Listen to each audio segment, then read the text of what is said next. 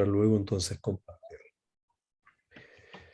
¿Qué vamos a hacer esta tarde? Lo que vamos a hacer es avanzar en fundamentalmente dos cuestiones que son claves en la oratoria cristiana. Por una parte, los principios, de alguna manera vamos a reiterar algunas cosas que hemos dicho, pero por otro lado también vamos a ir avanzando en las técnicas de la oratoria cristiana, para que así entonces, dado y dicho esto, en la próxima semana, si el Señor lo permite, entonces vamos a retomar el texto que hemos estado estudiando y vamos a avanzar en cómo predicaríamos nosotros ese texto. ¿Les parece? Entonces hoy día vamos a poner principios y prácticas de la oratoria para la próxima semana, entonces poner en práctica esos principios en una oratoria específica que es un mensaje basado en el mismo texto de Marcos que hemos estado analizando como ejemplo. Y recuerden ustedes que ese texto lo tomamos en un sentido entre muy entre comillas al azar. O sea, dijimos, ¿cuál podría ser? Este es un texto y lo hemos estado trabajando hasta el momento. Entonces vamos a avanzar con esta parte. ¿Guiados cómo? Por la misma palabra de Dios. Recuerdan ustedes que el Salmo 19, versículo 14 dice, sean gratos los dichos de mi boca y la meditación de mi corazón delante de ti, oh Jehová, roca mía y redentor mío. Ok, ¿qué les parece lo que acabo de decir? Voy a reiterarlo. Pongan mucha atención, por favor, a la forma en que estoy comunicando esto. Si pueden cerrar sus ojos, se los agradecería.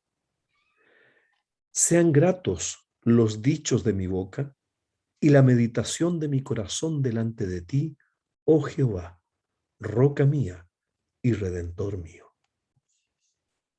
Ok. ¿Qué les ha parecido este texto? ¿Comunica? Expresa, expresa el sentimiento del que está frente a, a Dios, en el fondo. ¿Cómo debe él expresar lo que realmente siente y, y digno, de digna forma hacia el que realmente lo merece? Eso yo pienso que tiene que ser de esa calidad o de esa pureza. Ok. Muy bien. Muy bien. Muchas gracias, hermano Carlos, hermano Luis. A mí me parece que ahí se empieza con una demostración, un testimonio de lo que uno siente y trata de comunicar delante de quien está. Y con el deseo de que lo que uno diga, o sea lo que a Dios y a los que están presentes les va a servir de alimento espiritual. Muy bien, muchas gracias. ¿Qué le provoca, hermana Janet, este texto? Sean gratos los dichos de mi boca, o sea, y la meditación, o sea, de mi corazón va a salir, bueno, lo que está en mi corazón, y eso debería ser grato ante la presencia del Señor o de cualquier persona que lo escuche. Okay. Muy bien. Ah, y, bueno, no puedo agregar mucho. Ok, no, está bien. Estoy haciendo este ejercicio para que ustedes consideren algunos elementos claves. Primero, esto comunicó.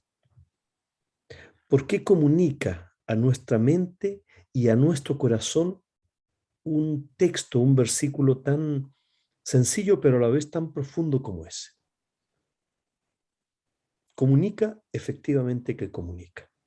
Pero ahora imagínense, por favor, a una persona gritando esto con una voz chillona. ¿Entenderíamos el mensaje que tiene el texto? Posiblemente la voz chillona distorsionaría el entendimiento del mensaje. Quizás nos quedaríamos con nuestros oídos un poquito palpitantes, sufriendo el destello de una voz chillona ante un texto tan maravilloso y tan profundo.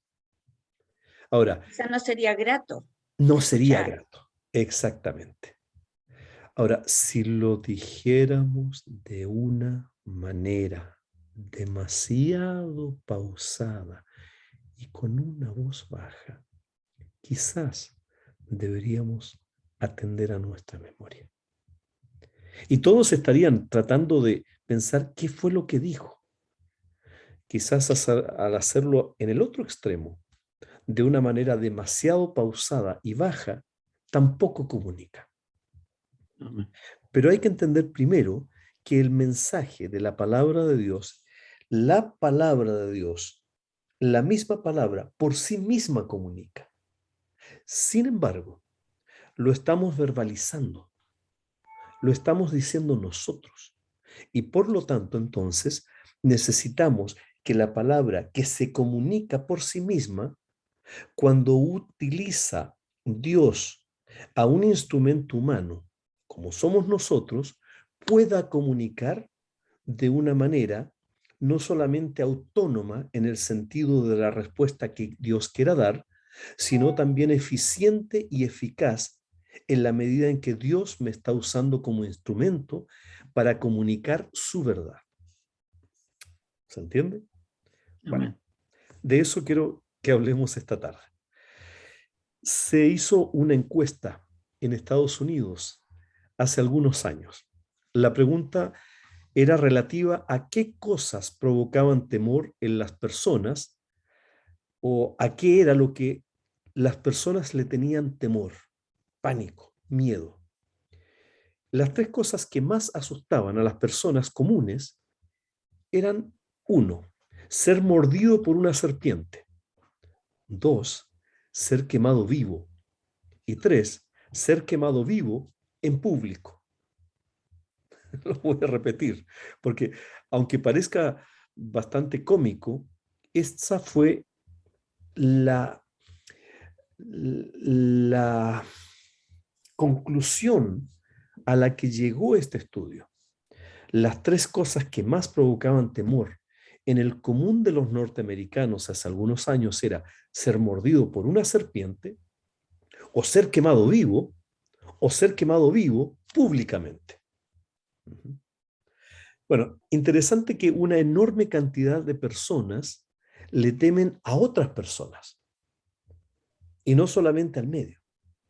Pero no es que le teman a que las otras personas le van a hacer algo.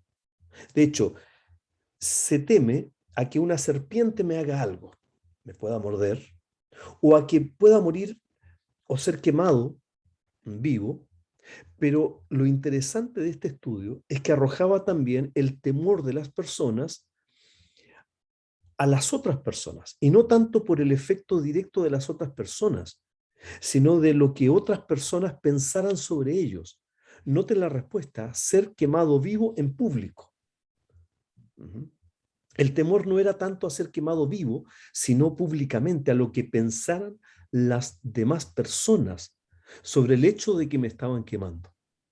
Eso es lo que comúnmente se conoce como pánico escénico, lo que puede ser leve o llegar a ser un verdadero trastorno de ansiedad social, también llamado en términos científicos glosofobia o fobia social, que al final de cuentas provoca ansiedad, inseguridad, vergüenza por medio a la opinión de los demás o al escrutinio de los demás. ¿Qué característica tienen los políticos hoy en día? Que están acostumbrados a hablar en público y de hecho han perdido la vergüenza. De hecho, mienten públicamente y aun cuando están mintiendo sonríen. Ellos no tienen pánico escénico, lo han perdido porque han perdido la vergüenza.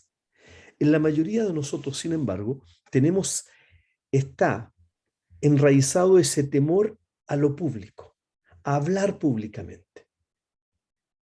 Sin embargo, cuando tenemos acceso a la palabra de Dios, tenemos no solamente el acceso a su palabra, sino también la responsabilidad de proclamarla. Y en la mayoría de los casos vamos a tener que hacer esta acción de proclamar la palabra que se nos ha encomendado de manera pública, ya sea privadamente en el sentido de una, dos, tres personas o masivamente, que pueden ser un estadio de 4.000 personas. Pero en ambos casos sigue siendo público, sigue siendo externo a nosotros mismos. Ya no vamos entonces a leer este texto: sean gratos los dichos de mi boca y la meditación de mi corazón delante de ti, oh Jehová, roca mía y redentor mío, solo para nosotros, sino también lo vamos a compartir con otros. Y en la medida en que lo estamos compartiendo, muchos de nosotros posiblemente vamos a tener temor de lo que las personas piensen de nosotros cuando lo estamos expresando públicamente. Ahora, evidentemente tenemos ciertos círculos de confianzas. Por ejemplo, un círculo de confianza es la familia.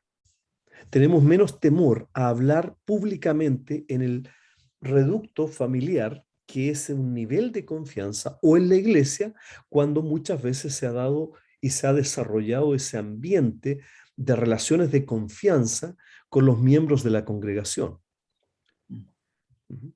Pero cuando normalmente el pastor nos dice: hermano Luis, ¿puede orar?, algo en nosotros inmediatamente nos hace saltar, ¿no es cierto? Es una congregación, en el caso de la Alianza, cada culto 800 personas. No es fácil pararse frente a 800 personas. Pero ¿qué pasa si vienen mis hijos, los nietos para quienes tienen, y amigos? Y tengo que dar las gracias para la cena. También pasa algo similar. Hay cierta preocupación de lo que estoy diciendo va a ser escuchado por otros. Y muchas veces tenemos el fenómeno que se produce en nosotros de que al final de cuentas la oración deja de ser una oración dirigida a Dios y pasa a ser una oración dirigida y cuidada por aquellas personas que me van a estar escuchando. Y cuido mucho de lo que voy a decir porque me están escuchando, porque existe ese temor, esa inseguridad, esa ansiedad que puede ser leve o profunda, esa vergüenza, si ustedes lo quieren, el miedo a la opinión de los demás sobre lo que estoy diciendo y cómo lo estoy expresando. Y dejamos entonces de dirigirnos a Dios y nos estamos dirigiendo, a pesar de que sea una oración para Dios, nos estamos dirigiendo a los demás. Ese es un fenómeno normal, natural. ¿Quiénes han perdido la vergüenza de hacer esto? Los políticos y los predicadores. Espero que sea por razones distintas, ¿no? En el sentido de que si nosotros los predicadores nos dirigimos a los demás, hay algunas razones o principios en hacer esto. No es porque hemos perdido la vergüenza, sino más bien por el contrario, porque tenemos la seguridad de que lo que estamos diciendo viene de parte de Dios. Espero que esta sea la razón que nos diferencia de los políticos. Aunque debo reconocer que muchos predicadores o pastores, no hay mucha diferencia en ello. Pero en fin, eso es materia de otro análisis. Volvamos a esto. El hecho de hablar en público representa un temor para la mayoría de las personas. Algunos autores indican que es un miedo casi patológico, comparable, como en esa encuesta en Estados Unidos, con el temor a la muerte. Algunas personas que se expresa de una manera extrema ese temor,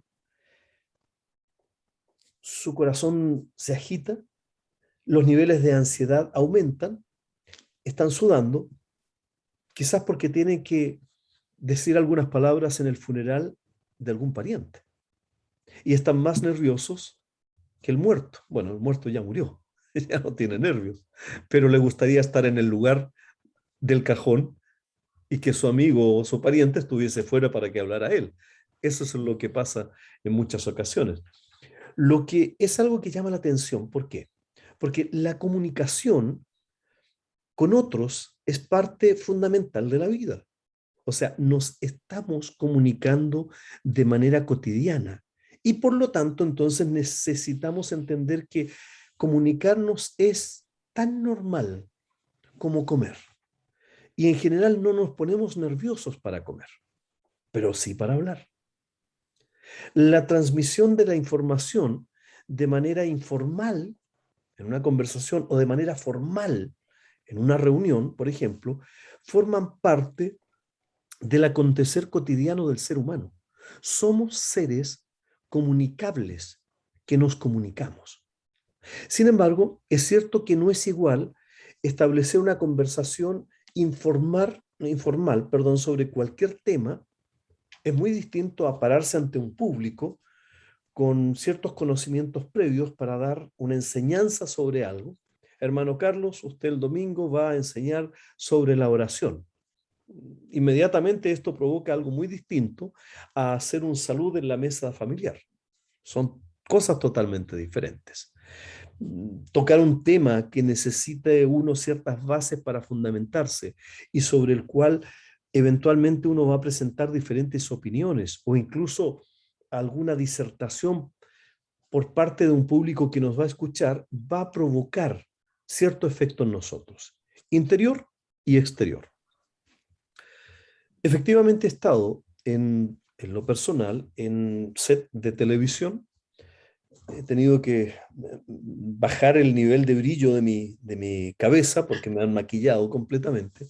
Cuando muchas veces transmitíamos, mi hija me pone algún tipo de maquillaje para que no se note tanto el brillo, porque normalmente en los sets existen muchas luces y esto hace brillar y al final parezco un hombre brillante no por las ideas, ¿no? Sino por el relucir de la calva.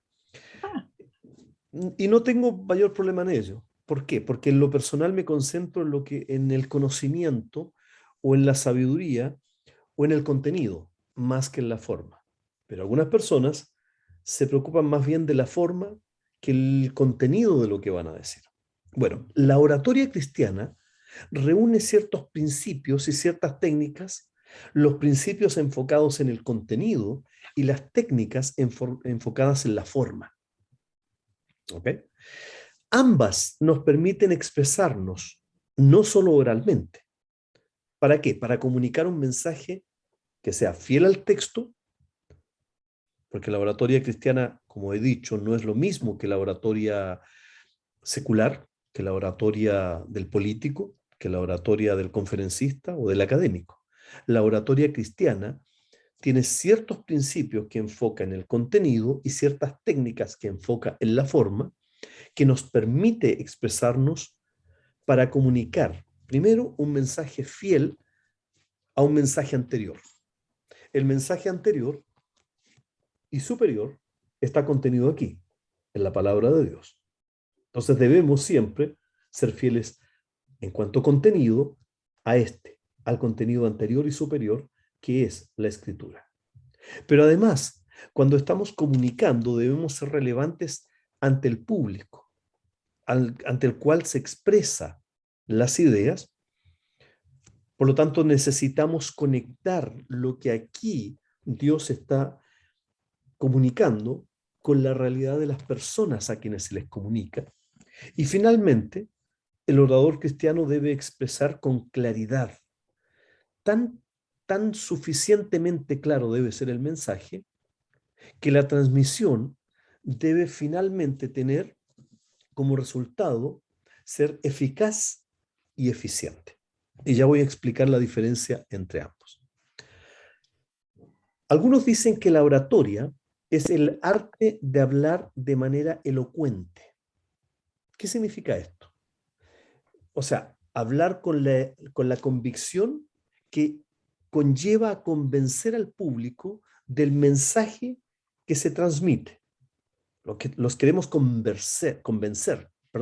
¿Recuerdan ustedes, por ejemplo, cuando Pablo en el capítulo 26 de Hechos está ante el rey Agripa y el rey le dice, parece que tú me quieres persuadir? La palabra que usa es convencer.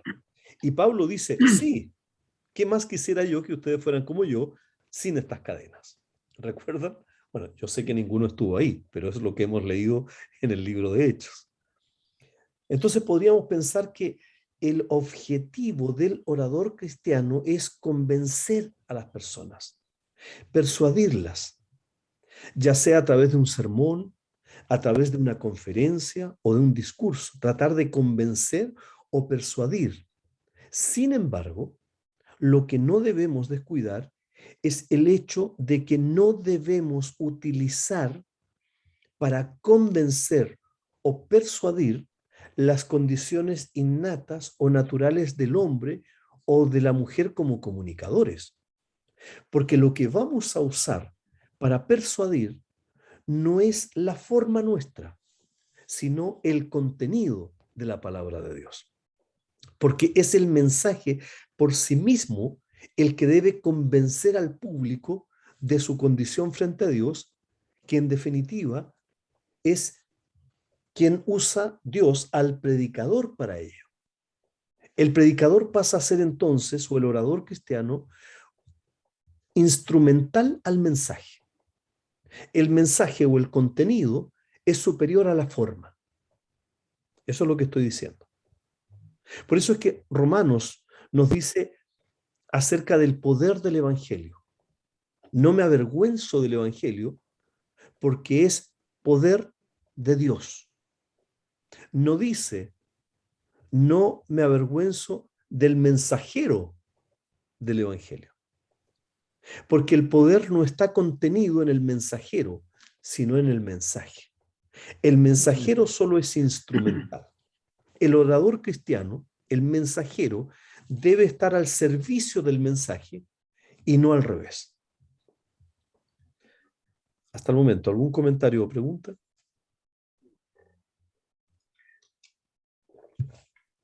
Hermano Luis. Hay dos cosas que quisiera mencionar. Una es aquella seguridad que para nosotros, que parte de una oración durante un tiempo que cada uno sabrá cuánto dedica a la oración, porque el Espíritu Santo es quien nos da esa quietud que viene de Dios, porque de allí se desprende nuestra convicción de quién vamos a hablar y a quién le vamos a hablar, asumiendo que nosotros somos, no sé la palabra, pero nosotros somos el instrumento que Dios, por gracia, nos va a permitir. Y allí entonces al comunicar, creo yo que debe ser con una convicción. Y esa convicción de haber estudiado muy bien el texto a predicar. Exactamente.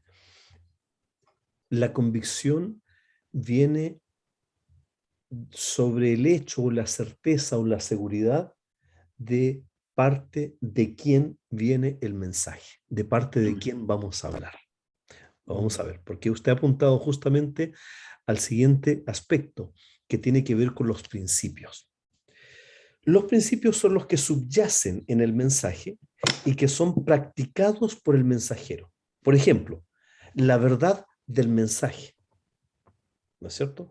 Tenemos certeza, como decía usted, de la verdad de ese mensaje. Pablo es capaz de persuadir porque él mismo está persuadido. ¿Sí? La relación personal de transformación con el mensaje que se lleva en las manos. Por eso, recuerdan ustedes que el autor dice, nosotros somos o llevamos un tesoro en vasijas de barro. El mensaje es el tesoro. Nosotros somos las vasijas. Y somos vasijas de barro. El mensaje es el tesoro. Es incalculable en su valor. Nosotros solo somos instrumentales. Por lo tanto, cuando entendemos que la relación personal tripartita, ¿no?, nuestra, la relación de nosotros con Dios, quien es el que envía el mensaje, la relación con el mensaje que nos transforma a nosotros y la relación con las personas a quienes les vamos a entregar el mensaje que van a ser transformadas. En tanto, las técnicas son aquellos medios, aquellas herramientas o aquellas estrategias que se pueden desarrollar a partir de las habilidades innatas que Dios ha dado a sus hijos. Por ejemplo, el volumen o el tono de la voz, que pueden ser condiciones naturales, o la dicción, que por otro lado se aprende. Los niños no tienen buena dicción, no dicen papá, dicen apá. Y esto se comienza a desarrollar, se comienza a cultivar. Insisto en esto, existen habilidades innatas. Innato es lo natural. Por ejemplo, el volumen de la voz. Yo tenía un pastor amigo que fue uno de mis primeros maestros de hermenéutica, que en un estadio él no necesitaba micrófono. No sé si ustedes lo conocieron, Julio Bustos. Este hombre no necesitaba micrófono. Tenía una voz potente, pero no gritaba. No era chillón. Tenía una condición natural, vocal, que le permitía hablar fuerte y claro sin gritar. En cambio, mi propio tono hace que aumente el volumen. ¿Por qué? Porque mi tono de voz es demasiado bajo, las personas a más de 1 metro no me escuchan, por lo tanto, de alguna manera, y sobre todo con mi esposa que tiene un problema de oído, me he ido acostumbrando, he ido cultivando el aumento del volumen y eso hace perder el tono de la voz.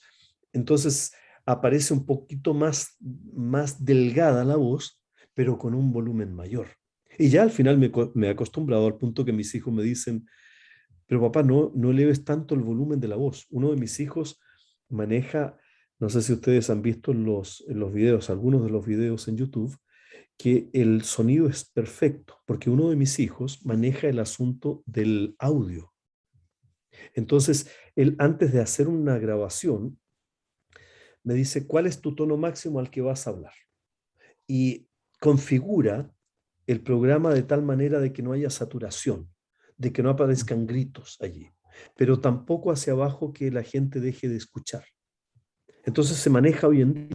Por lo tanto, hoy en día existen ciertos instrumentos que nos permiten, si estamos comunicando un mensaje de manera presencial o de manera virtual, podemos manejar estos aspectos donde el volumen o el tono de la voz se pueden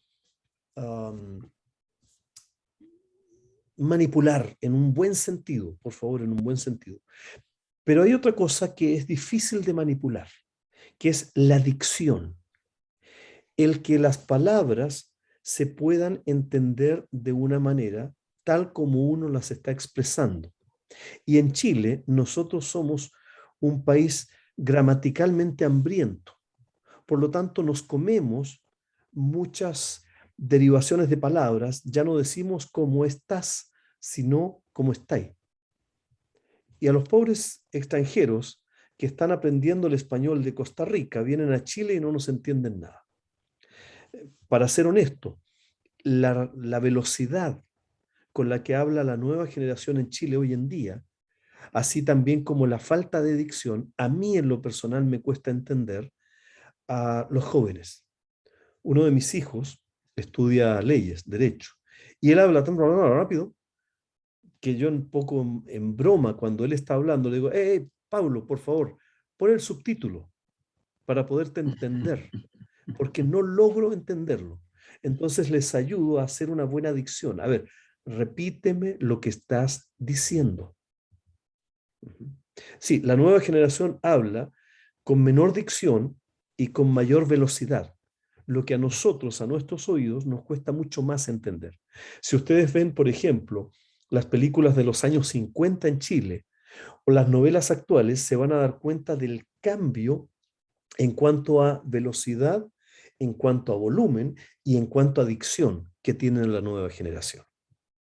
Ahora bien, Esto es parte de lo fáctico, de lo externo, de la forma, pero que se puede trabajar.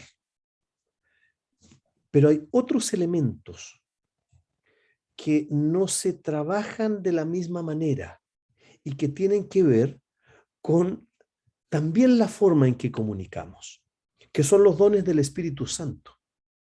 Por ejemplo, podemos comunicar el mensaje con gracia, y recuerden ustedes, o con amor, o con misericordia. Recuerden ustedes que estos son dones del Espíritu Santo.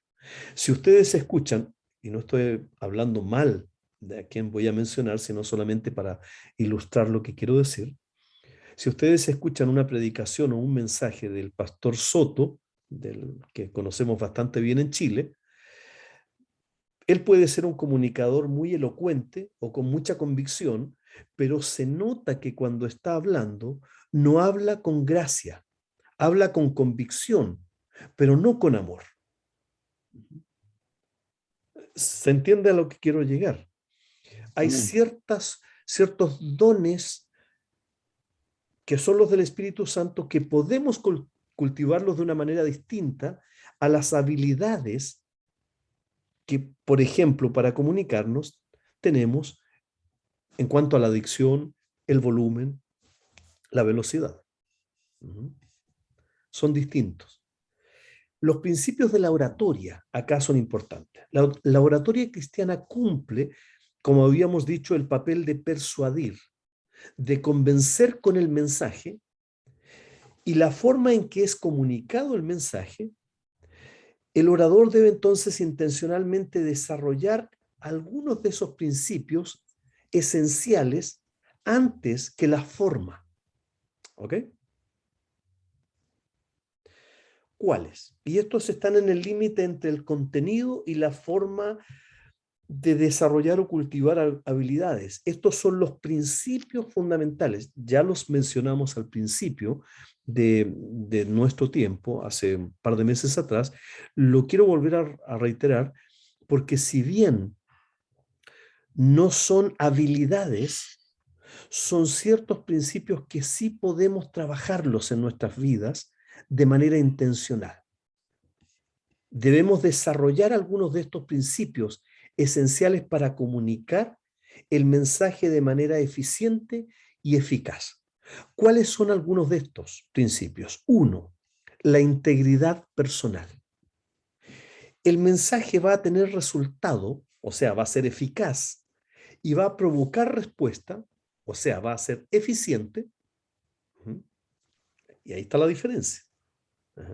Si tiene resultados, es eficaz. Y si provoca respuestas, es eficiente. El mensaje entonces va a tener resultados y va a provocar respuestas si el orador encarna su mensaje. ¿Qué quiero decir con esto? Predicar sobre la vida eterna no es solo creer intelectualmente en que hay una vida eterna en el futuro, sino además vivir hoy menos apegado al mundo de manera cotidiana. Porque si vivimos menos apegados al mundo hoy, es que en realidad estamos creyendo y viviendo y adelantándonos a la vida eterna. Pero, por ejemplo, si yo veo a algunos predicadores de la prosperidad que les encanta vivir en este mundo y disfrutar de los beneficios, bajar de alguna manera las bendiciones del cielo a la tierra, es que en realidad no aman tanto la eternidad, aman más bien el mundo. Y por lo tanto van a ser muy eficientes, pero no eficaces. Van a ser eficientes en qué? Ciertas respuestas a su mensaje, pero no van a ser eficaces en resultados para vida eterna. La gente va a vivir más acá que pensando en vivir un día allá. O por ejemplo, si uno en su propia vida no da testimonio del mensaje que predica, como aquel pastor que predica sobre el sacrificio que hace Cristo por la iglesia y que esto debería encarnar la relación del esposo con la esposa y maltrata o utiliza a su esposa. Ujú. Está predicando una cosa y está viviendo otra. Es como el cura Gatica, ¿no es cierto? Que predica, mas no practica. Recuerdo hace muchos años atrás, escuché una historia, no sé hasta dónde sea real, porque no la tengo con muchos detalles, pero me parece que ilustra muy bien. Y esto se lo escuché a un pastor. Dice que había un grupo de creyentes en China, y ustedes saben que la iglesia en China es una iglesia perseguida, la iglesia real, digamos. Hay una iglesia oficial, pero hay una iglesia que le llaman la iglesia bajo la tierra, la iglesia escondida, la underground. Esa iglesia está perseguida y ciertamente está sufriendo. Entonces decía este pastor que un grupo de creyentes estaban escondidos en una habitación con las ventanas y las puertas cerradas, adorando al Señor de una manera silenciosa para no ser descubiertos y por lo tanto entonces no ser violentados. Mientras estaban en su reunión, tocan la puerta fuertemente y desde afuera dicen, la policía, abran la puerta. Y evidentemente abrieron la puerta. Entonces la policía entró, varios soldados de ellos armados, y el líder de los soldados les dice con un arma, con una metralleta, hoy día pueden decidir vivir o morir. Si ustedes creen en su Dios, si confiesan a su Dios que es Cristo, hoy día se van a reunir con Él porque los vamos a matar. Pero los que quieran salvar su vida pueden renunciar a su fe y salir corriendo y no les vamos, ni siquiera les vamos a perseguir. Ahí está la puerta. Y algunas de las personas salieron. Los soldados dijeron, segunda oportunidad. Si alguno de ustedes todavía tiene fe en Cristo, esta noche se va a reunir con su Señor. Pero a quienes amen de verdad su vida o a sus familias, se pueden ir.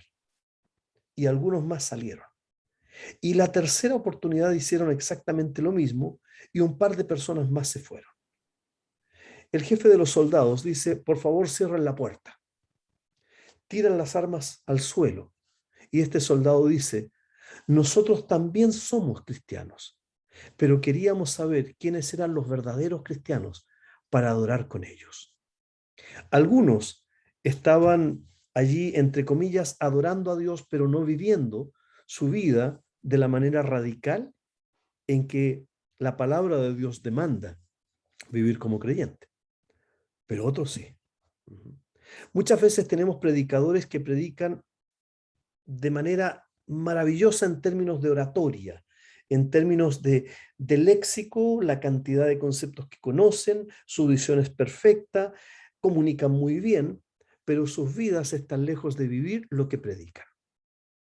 Entonces, el primer principio del cual nosotros tenemos que asegurarnos que vamos a comunicar el mensaje que está siendo entregado en nuestras manos, es que el predicador o el orador, en este caso, debe ser personalmente íntegro, vivir lo que predica. Solo así va a tener resultados de manera eficaz y va a ser eficiente, va a provocar respuestas, porque las personas buscan ese tipo de verdaderos creyentes. El segundo elemento de un orador cristiano es tener intimidad con Dios. Y esto significa como decía hace un momento atrás nuestro hermano Luis, una vida de oración y de estudio de la palabra. ¿Recuerdan ustedes que en Hechos, cuando los apóstoles estaban demandados por las necesidades que tenía la iglesia, cuál fue la respuesta de ellos? Hemos orado y creemos que algunos de ustedes se tienen que dedicar a servir las mesas, en tanto nosotros vamos a dedicarnos ¿a qué? A orar. Y a servir la palabra. ¿Ok? Bueno, esto implicaba tener intimidad con Dios. Y esto se nota cuando su primera referencia del predicador, del orador cristiano, es la misma Biblia y en su conjunto. Y no solo un conocimiento particular de un tema, o de una doctrina, o de una parte del texto bíblico. quien es un expositor bíblico real, es alguien que conoce el texto bíblico completo y no solamente tiene textos regalones sobre los cuales predicar o algunas doctrinas particularmente cercanas a sus propias ideas. Nuevamente, vuelvo a citar el caso de los predicadores de la prosperidad. Si usted a un predicador de la prosperidad le pide que predique sobre misiones, no lo va a entender. Sobre la gracia de Cristo no conoce muy bien esto. Hablar de un tema, de una doctrina o de una parte del texto bíblico y no conocer el resto es demostrar no tener intimidad con Dios por medio de la oración y del estudio constante de su palabra. Hablar, por ejemplo, sobre el tema de los milagros o sobre el tema de la prosperidad, pero desconocer la doctrina de la gracia, desconocer el plan de Dios, desconocer el concepto maravilloso y transformador de la eternidad, desconocer el impacto de la santidad en la vida cotidiana, desconocer la centralidad de la persona de Cristo que cruza toda la Biblia, es imperdonable para un orador, si es un orador cristiano. Un orador cristiano debe tener intimidad con Dios por medio de la oración y del estudio constante y profundo de la palabra, aunque pueda ser muy buen predicador de un tema en particular. ¿Okay? En tercer lugar, como principio, un predicador que es un orador cristiano debe encarnar la sabiduría. ¿Y qué es la sabiduría? La sabiduría es el uso correcto del conocimiento. No es solo conocimiento, es usarlo de manera correcta, del entendimiento de la palabra y de cómo la palabra se relaciona con la vida de las personas. Y esto requiere discernimiento espiritual y uso de la razón. Ambas cosas juntas. No es una cuestión de emociones. Es necesario que el orador tenga una cultura amplia, un vocabulario extenso, variado, un vocabulario que esté relacionado con los receptores, no esa típica repetición de palabras o de frases solo para llenar el vacío de su propia ignorancia. Porque sí, yo he escuchado a predicadores que dicen, oh, Señor, sí, Señor, entonces, Señor, amén, aleluya, pero no predican nada en contenido. Un orador cristiano debe usar la razón, debe pensar con argumentos sólidos y suficientes, porque la palabra de Dios es suficiente para defender las ideas de la palabra de Dios, no mis ideas, ante las ideas contrarias. Las ideas contrarias no son contra mí, son contra la palabra de Dios. ¿Recuerdan lo que decía Jesús? No los van a rechazar ustedes, me van a rechazar a mí. Y quien rechaza a Cristo rechaza su palabra. Entonces, el orador debe ser sabio en el entendimiento como principio elemental. En cuarto lugar, y aquí nuevamente vuelvo a citar a mi hermano Luis, que le dio en el clavo en dos aspectos que él mencionó. Aquí está el segundo aspecto. Gloria a Dios. Para gloria de Dios. El aspecto de la seguridad, de la certeza de que el mensaje que el orador cristiano va a compartir es el mensaje de Dios.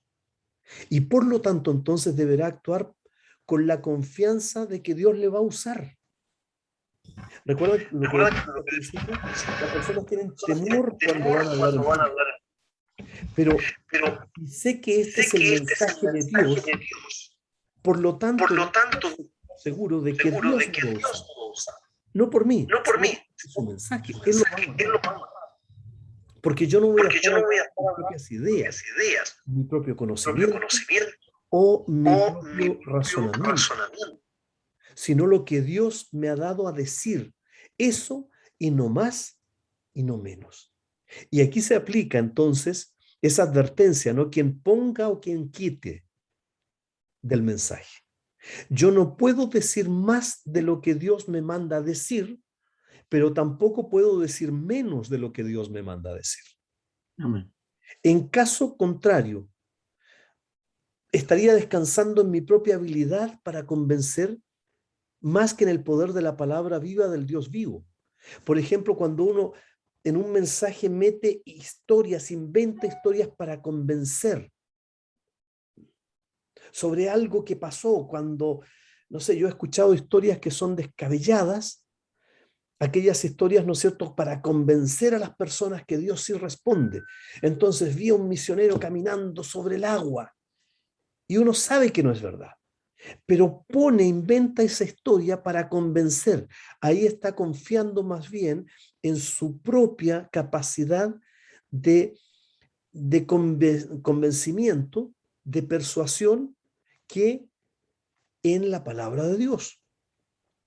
Ahora, sí puedo usar historias inventadas, pero cuando digo que es un invento. ¿Recuerdan? Hace un momento atrás usé una historia y les fui muy honesto. Yo la escuché de un pastor y no sé si es verdad o no, pero ilustra muy bien.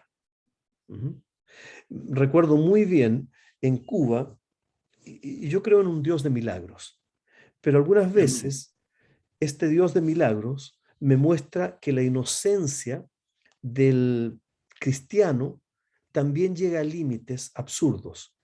En Cuba recuerdo muy bien una persona que en la predicación dijo que un pastor había echado agua en el auto y el auto había funcionado perfectamente cientos de kilómetros. Honestamente, tengo bastante duda al respecto por otras razones, y no tanto por ese eventual milagro, sino por el testimonio de que lo estaba contando. Amén. Ok. La seguridad del orador cristiano va a estar puesta en los argumentos bíblicos, porque sabe que estos argumentos son la verdad y que esos son los que van a despertar el interés del auditorio, porque su palabra no va a volver vacía. Es su palabra la que no vuelve vacía, y no es mi interpretación como predicador. Amén. En quinto lugar, el quinto principio aquí que es clave y el último que quiero mencionar esta tarde es la capacidad. La capacidad para comunicar fiel, relevante y claramente el mensaje de Dios a las personas a quienes Dios quiere alcanzar. Porque Dios capacita cuando Dios llama. Entonces, de manera intencional, si tengo habilidades que Dios me ha dado, las voy a desarrollar, y los dones que Dios me ha provisto, los voy a seguir cultivando. Si voy a comunicar el mensaje de manera pública, oralmente, por ejemplo, ya sea en radio o ante un público presencial, voy a tener que trabajar en conocer el significado, por ejemplo, de las palabras, mayormente aquellas sobre las que estarán presentes en la Biblia y sobre las cuales voy a predicar. De no hacerlo, podemos cometer muchos errores que afectan la marcha del Evangelio. Por ejemplo, y esto no es una historia inventada, en Perú un pastor me contó que estaba predicando él mismo sobre pedir el espíritu de concupiscencia, porque le pareció tan interesante la palabra que no sabía lo que significaba, pero como estaba en la Biblia, entonces predicó durante 45 minutos sobre pedir espíritu de concupiscencia. Hermanos, tienen que pedir espíritu de concupiscencia, y cuando terminó, un hermano le dijo: hermano, concupiscencia significa lujuria, sensualidad, lascivia. Y él no sabía de lo que estaba predicando, pero el término le pareció interesante. Entonces, necesitamos entender que la capacidad para predicar es una capacidad que se desarrolla. Por eso tenemos estudios para predicar, estudios de exégesis bíblica, de hermenéutica, de homilética, estudios gramaticales, diccionarios bíblicos, comentarios, etcétera, etcétera, para poder entender mejor lo que estamos predicando nosotros mismos. Y por cierto, otros elementos también que son dones y habilidades algunas que Dios nos ha dado. Podemos cultivar el tono de nuestra voz para que no sea tan chillón, o el volumen de la voz, porque muchos lamentablemente confunden convicción con volumen. Entonces, mientras más gritamos, es como que estamos más convencidos. Y la verdad es que yo puedo gritar sobre algo y no necesariamente quiere decir que esté convencido o que eso sea verdad. Le puedo gritar a uno de mis hijos que es un tonto y no necesariamente mi hijo es un tonto. Gracias al Señor no tengo ninguno que sea tonto. Y gracias al Señor jamás les he gritado eso. Pero podría ser, podría darse. Y si es presencial, además, si es un mensaje presencial o vamos a estar predicando presencialmente, sobre todo en las iglesias, también las expresiones físicas, las expresiones corporales, debemos comenzar a trabajarlas. Por ejemplo, he visto predicadores predicando con cara de funeral un mensaje de ánimo. Es contradictorio ver una cara triste predicando sobre la alegría o hablar sobre el amor con cara de verdadero trueno. Y se da mucho. Entonces, el mensaje debe ser coherente al mensajero y el mensajero tiene que tener la responsabilidad de trabajar estos elementos. Y una de las habilidades que podemos considerar que nos fue dada por Dios para comunicar su mensaje es justamente la voz, la que yo estoy en estos momentos forzando demasiado. Ese no es mi tono de voz. Por tanto, debemos cultivarla de manera sabia y controlada. Ahora, yo mismo entonces estoy siendo un mal ejemplo de lo que estoy diciendo. Y lo confieso, porque estoy tan acostumbrado ya a hablar fuerte por mi esposa, para que me escuche. En realidad está bastante sorda, mi esposa de un oído, que ya mi voz se ha ido forzando demasiado y me cuesta volver a un tono bajo. Ahora, por lo tanto, entonces, no les estoy enseñando nada. Les estoy compartiendo lo que yo también debo aprender. ¿Cómo debemos usar nuestra voz? Debemos aprender, por ejemplo, adecuadamente a dominar las pausas. En una ocasión, un predicador, amigo mío, visité su iglesia, he visitado muchas veces su iglesia, me dice, me lo dijo hace un tiempo atrás, tú eres un maestro de las pausas.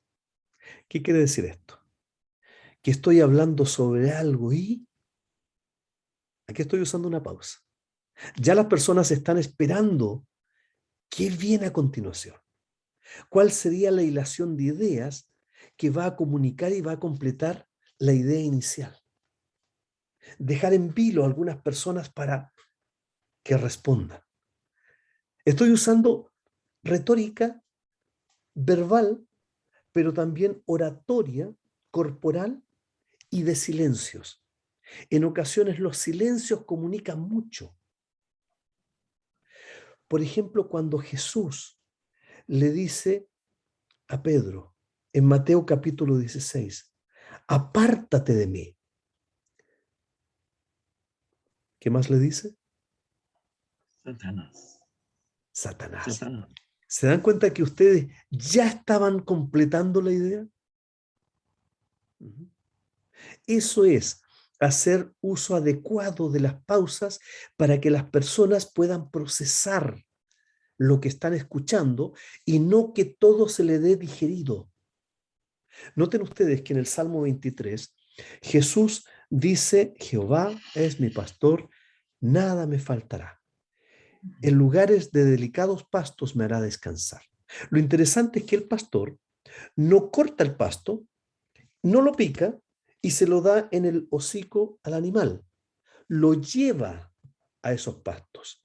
Pero esos animales tienen que sacar con sus dientes, quitar de ahí, deglutir, masticar y procesar en su estómago.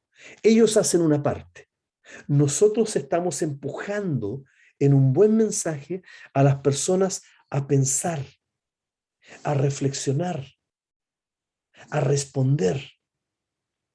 Debemos no ser metralletas del mensaje. que disparan todo, y la gente no tiene momento ni espacio para poder procesar. Debemos darles esos espacios de procesar el mensaje. Y tampoco ser como aquellos pistoleros mexicanos, ¿no? Que disparan para cualquier lado, entonces están tirando una idea por allá y la gente está tomando recién la idea cuando disparan otra idea que no tiene ninguna relación. Así eran los pistoleros mexicanos, ¿se acuerdan? Disparando para cualquier lado. Y en ocasiones, el mal orador cristiano hace eso. Dispara muchas ideas, muchos conceptos, no les permite procesar y menos conectar. La rapidez al hablar, sí, podemos cultivarla. O la rapidez al leer, rapidez o falta de rapidez. La entonación, porque no es lo mismo decir que Jesús lloró sobre Jerusalén que decir que Jesús lloró sobre Jerusalén. Son cosas distintas. Se comunica de manera distinta. La pronunciación sobre aquel hermano llamado Sóstenes, y no como dijo de verdad. Era un púlpito, un hermano, el hermano Sóstenes. Porque todos se rieron en silencio. ¿Y saben lo que pasó? Que el resto de las personas dejó de escuchar el resto de la lectura. Amén. Por eso tenemos que asegurarnos que lo que vamos a leer y comunicar lo hemos revisado varias veces. Por favor, nunca demos el texto a leer 30 segundos antes. Démosle espacio. Nosotros normalmente el texto o los textos bíblicos los compartimos el día anterior o en la mañana para que las personas se preparen sobre lo que van a leer. Y también, no simplemente por darle espacio a cualquier persona, hacemos que se afecte la lectura del pasaje. Queremos que las personas que van a leer comunican de tal manera que el resto que va a escuchar no se pierda en estos detalles de la pronunciación o de la respiración. ¿Se han dado cuenta cuando hermanos comienzan a leer muy rápidamente y siguen hablando? Entonces toman un respiro para poder, no hacen pausas. Existen en los textos, sobre todo en español, puntuaciones. Debemos respetar esas puntuaciones y debemos enseñar a otros a hacerlo también. Todas esas cosas comunican. Eso es controlar y usar adecuadamente nuestra voz. De manera natural, nuestro tono de voz. Como condición natural. Una persona puede ser estridente, puede ser chillón o bajo. Por ejemplo, no sé si ustedes conocen a Raimundo Morris, uno de mis maestros en misionología. Raimundo Morris habla muy bajo. Y hay que hacer muchos esfuerzos para escucharlo. Es casi imperceptible. Y algunas veces uno se pierde en esto. O podemos llegar a comunicar de una manera tan agradable que las personas finalmente escuchan y quieren escuchar. Pero siempre creo en lo personal que debe ser una comunicación natural. No esa verborrea poco natural confundida con súper espiritualidad. Esa espiritualidad falsa, ¿no? He escuchado, y les digo literalmente, aquel predicador que saluda a la concurrencia o a alguna persona en el público, varón de Dios, amado el Altísimo, alejado del mal, rodeado de ángeles, Dios sea contigo, ¡aleluya! Ese es un saludo. Pero la misma persona en el campamento media hora después está jugando fútbol y su forma de hablar es ¡tira la pelota! ¡Hey! Son dos personas distintas y las personas captan eso. Nuestra voz tiene el poder dado por Dios para comunicar, no simplemente para hacer una verborrea barata. Ciertas características naturales que se pueden desarrollar o incluso mejorar. Por ejemplo, si una persona tiene un tono de voz muy chillón, puede mejorar. Ciertas características naturales, como por ejemplo la intensidad, cuán profunda es la voz, o el tono, o el timbre de voz, o la velocidad. para que pueda ser entendida. Recuerdan ustedes que hay un personaje en Chile que hoy en día es candidato presidencial, que es Marco Enríquez Ominami. Este hombre hace algún tiempo atrás, hace algunos años, no se le entendía nada, era una metralleta hablante. Y durante años lo han estado forzando a hablar de una manera que se entienda.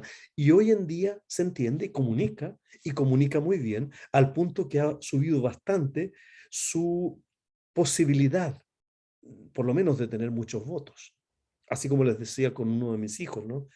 Que cada vez que habla, le tengo que decir, déjame leer el subtítulo, porque no te entiendo cuando estás hablando. O el otro extremo, ¿no? Llegar a ser tan monótono en una predicación del Evangelio que las personas se quedan dormidas. La idea es que aprendamos a comunicarnos de manera natural, tanto lo que depende de nosotros, cómo comunicamos, así como la naturaleza misma de la comunicación que percibe el público, sin dejar nosotros de ser nosotros y atendiendo a la realidad de quienes nos están escuchando, para que nos entiendan, para que no sea desagradable el escucharnos. Y esto, como dice el autor, va a requerir que eduquemos la voz con el fin de comunicarnos adecuadamente con el público. Una voz equilibrada, bastante fuerte, pero sin chillidos. Proporcional a la cantidad de oyentes es lo aconsejable, porque no encuentro cosa más absurda que gritar cuando hay 10 personas o gritar cuando se tiene un micrófono. No tiene sentido. Se distorsiona el mismo mensaje.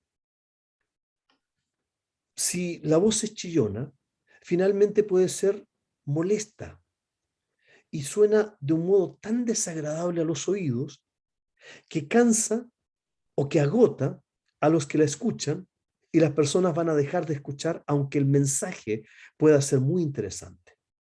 La voz debe ser clara para que todas las palabras y todos los sonidos sean percibidos adecuadamente.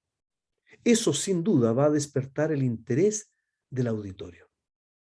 Entonces debemos utilizar la voz como un instrumento al servicio de la comunicación del mensaje de Dios. Por cierto, no para que admiren mi voz, sino para que el público se concentre sin que hayan ruido, sin que nada lo distorsione, para que entiendan, para que les interese el mensaje. Entonces nuestra voz debe estar al servicio del mensaje. Es terrible cuando alguien habla mal, porque dejamos de escuchar el mensaje. Nos concentramos en lo distorsionador de la voz. Hablar mal no es solo no usar palabras adecuadas, con significados incorrectos. Hablar mal también es modular mal, no proyectar bien la voz, o acelerarse o adormecer a las personas. Muchos van a agradecer que el mensaje se les haga agradable oír y posiblemente la voz se va a quedar grabada en sus mentes junto al mensaje y querrán volver a oír un mensaje. Por cierto, que nuestra voz no es perfecta y todas nuestras voces tienen defectos o límites, pero en general son menores estos comparados con las cosas que sí podemos trabajar de manera intencional, como la dicción, como el volumen o como la velocidad. Y para mí estos son los tres elementos claves: dicción, volumen y velocidad. Por eso el uso de pausas ayuda mucho a que las personas procesen lo que oyen. Y eso evita en las personas y en el orador el cansancio, el agotamiento en la voz, lo que afecta nuestra capacidad de expresar el mensaje que debemos comunicar, pero también la capacidad de las personas de poder escuchar. Y finalmente ello redunda entonces en que las personas, si nuestra dicción no es buena, si nuestra voz comienza a agotarse al final del mensaje, ya no podemos porque estamos gritando, entonces las personas pierden el interés en el mensaje o su misma capacidad de concentrarse.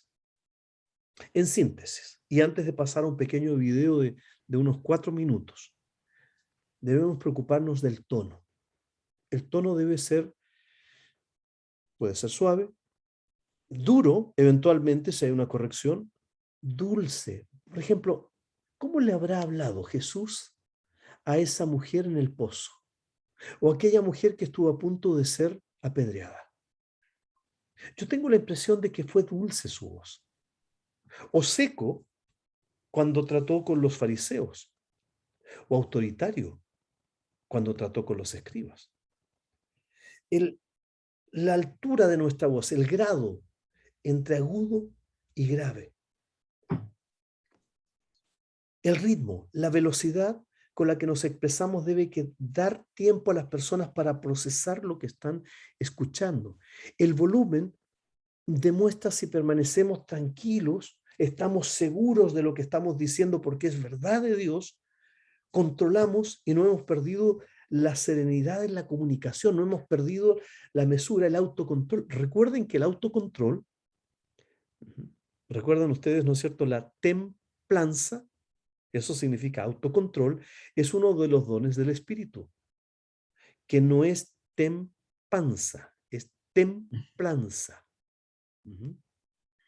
Evitar la monotonía, la inflexión inadecuada al comenzar o terminar una frase, que las preguntas sean preguntas, que los puntos permitan hacer pausas, que las comas nos permitan avanzar con la misma idea, etc. O sea, hay mucho de lo gramatical, de lo riquísimo en nuestra lengua como para poder comunicar todo esto.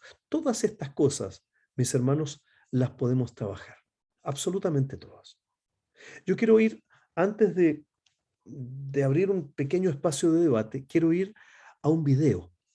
Si ustedes me lo permiten, es un video de 4 minutos 32 segundos que se van a dar solamente algunos tips, se llama esto, algunos consejos que nosotros podríamos seguir a la hora de pensar en cultivar nuestra voz para ser buenos comunicadores del mensaje. A pesar de que estos consejos no están pensados en la oratoria cristiana, sí son útiles también para nosotros. ¿Les parece? Amén. Ok, vamos a ver un segundito, por favor. Voy a compartir pantalla. Ustedes me dicen, por favor, si se escucha correctamente y si se ve bien el video. Ok, ustedes ya están viendo una imagen ahí. ¿Sí? Perfecto. Hola, ¿qué tal? Soy Fernando Suárez y hoy te traigo un nuevo video para aprender a pronunciar mejor cada palabra de tu discurso. Es muy importante articular bien cada palabra para que el público pueda comprender absolutamente todo lo que estás diciendo en la escena. Para este ejercicio lo único que vas a necesitar es un lápiz. Nada más. Te voy a mostrar cómo vamos a usar este lápiz para mejorar tu dicción en 3 minutos. Empecemos con eso ahora. Ayer me estuve divirtiendo mucho creando unos textos muy particulares para dar en mis clases de teatro. Estos textos están específicamente creados para poder mejorar la pronunciación de ciertas combinaciones de letras. Entonces los vamos a trabajar hoy en este video y a lo último del video, si querés, vas a buscar un lápiz y los haces en tu casa tranquilamente. Ahora voy a contarte de qué se trata esto del lápiz, cómo lo vamos a usar. Primero, lo vamos a ubicar entre los dientes y esta sería la primera posición, una posición frontal. La segunda posición sería sostener el lápiz un poquito más atrás con los caninos. Y la tercera posición, vamos a echar un poquito más hacia atrás el lápiz y vamos a sostenerlo con los premolares. Vamos a empezar a leer el primer texto, a ver qué pasa. ¿Acaso el queso que está en el saco se seca? Y si se seca, ¿se pasa a otro saco o se pesa siempre en el mismo saco? Pero, un momento, si el saco se seca, la base del queso que se secó, solo y sin solidificar, se asienta y se traspasa a un susto, un simple pesar, una especie de salsa para ensalada. Lucas limpiaba la locomotora. Mientras la lavaba, todo se iluminó. Los labios de Lucas levitaban blanquecinos al límite del limbo. Las luces eran como linternas que lamentaban un lánguido y largo auxilio.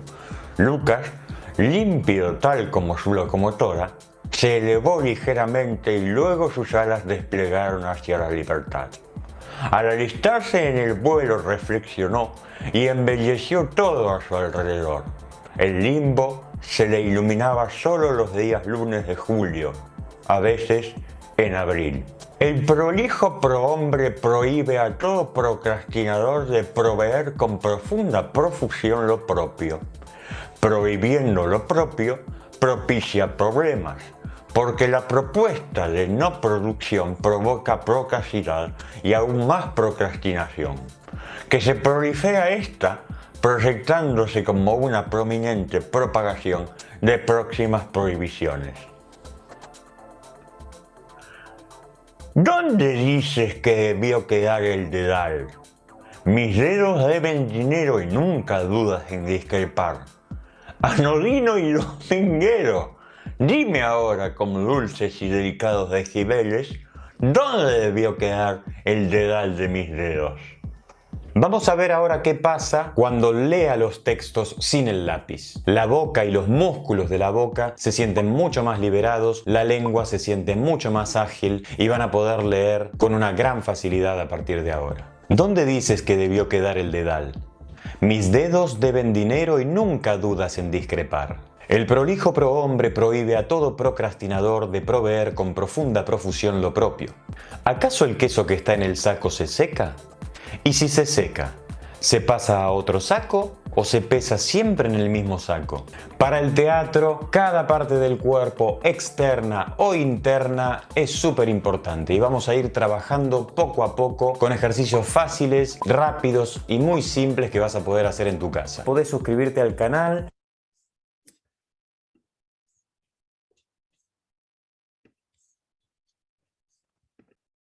Ok. Bueno, como ustedes se pudieron dar cuenta, no solamente estaba comunicando con la voz, sino también con las facciones, con los ojos, pero haciendo un par de ejercicios bastante sencillos. ¿Qué les pareció todo esto?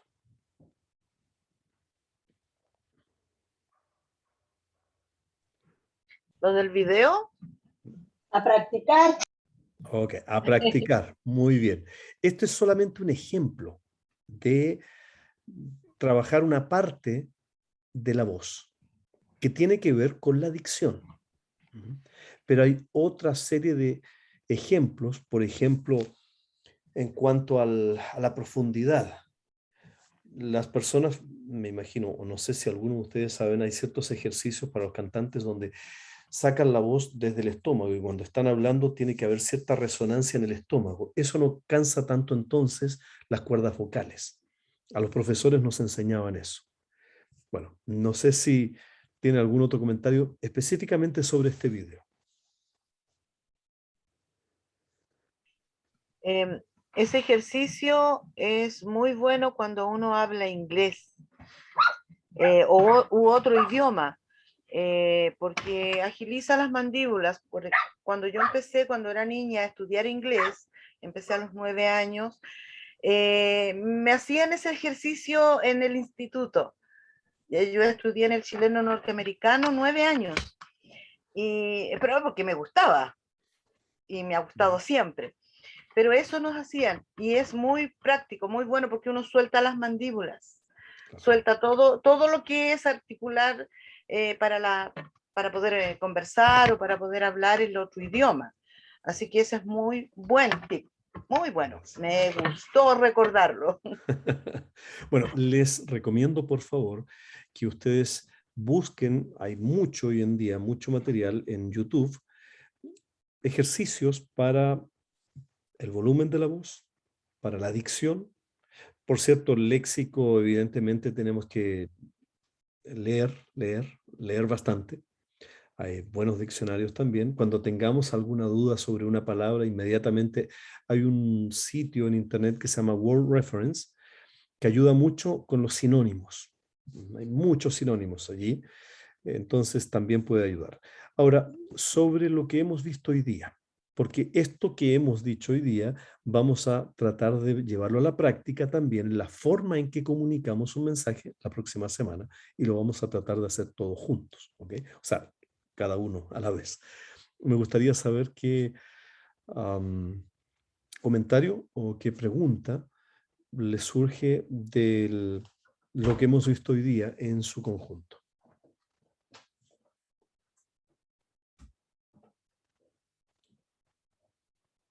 Sí, por favor, hermano Luis.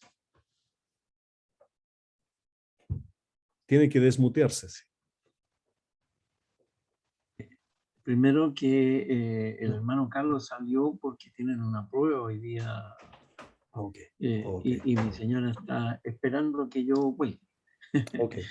Pero quiero decirle que me encantó la clase de hoy, que gracias al Señor, a medida que han ido pasando los años, y uno va con interés tratando de hacerlo mejor cada vez. Y hay algo que también usó esta persona en el video, que fue la expresión física, ¿no es cierto? Exacto. Y otra cosa que él hizo fue mantener la vista sobre el auditorio, que somos nosotros eventualmente, ¿no es cierto? Y el volumen de la voz también es que para poder mantener la atención, bueno, yo soy hasta la médula vendedor y me encanta cuando la gente es mi interlocutora y yo estoy manteniendo su atención, cambiándole los volúmenes de voz, ¿no es cierto?, de manera que él me siga mirando con un interrogante que más viene. Exacto. ¿Verdad? ¿Cuál es la idea global, final del tema? Eso. Y lo otro que quería decir es que hay muchos predicadores, ¿no es cierto?, que le ponen adornos adicionales pensando que lo va a hacer mejor. Incluso dando testimonios personales muy largos que no tienen nada que ver con lo que corresponde a la palabra que se entrega. Exacto. Eso en realidad, pastor. Ok, bueno, muchas gracias. La próxima semana vamos a llevar a la práctica lo que hemos visto hoy día en un mensaje, y la subsiguiente vamos a ver distintos tipos de predicaciones. Ok. Mi hermana Verónica. Sí, bueno, donde yo llegué, yo pido disculpas porque me perdí la hora. De verdad, estaba esperando la hora para entrar y por eso entré a esa hora. Y cuando me di cuenta era, bueno, esas cosas que pasan. No hay problema, Mil está grabado. disculpas. Está bien. Pero desde donde yo pude ver, la verdad es que todo esto requiere práctica más que nada. Porque yo recuerdo las primeras veces que predicaba cuando era una niñita prácticamente, y en la alianza yo siempre fui puntete, así que yo me ofrecía para predicar y para dar los textos bíblicos y andar saltando ahí entre medio de las bancas y todo el asunto. Pero fui adquiriendo esa práctica. Y después se me hizo mucho más fácil llevar, cierto, un discipulado, hacerme entender, pero es práctica, nada más. O sea, si alguien aquí que no tiene la práctica, yo lo único que digo, no se asusten, porque siempre vamos a ir aprendiendo, y además que el Espíritu Santo cuando quiere comunicar algo, aunque tú o yo o el que sea no tenga práctica, va a salir bien porque el Espíritu Santo quiere comunicar algo. Ahora no nos podemos apoyar en eso, siempre tenemos que buscar la excelencia. Para Dios siempre lo mejor, y por eso es que nos estamos preparando, creo yo, todos. Así que eso, pero es práctica. En el fondo todo es práctica. Sin duda. Bueno, sí, también hay otros elementos que hemos visto hoy día que los principios no tienen que ver tanto con la práctica, sino con un asunto de fondo. La forma sí tiene mucho que ver con la práctica. Entonces, les recomiendo volver a ver este video y ir tomando notas también. ¿Ok?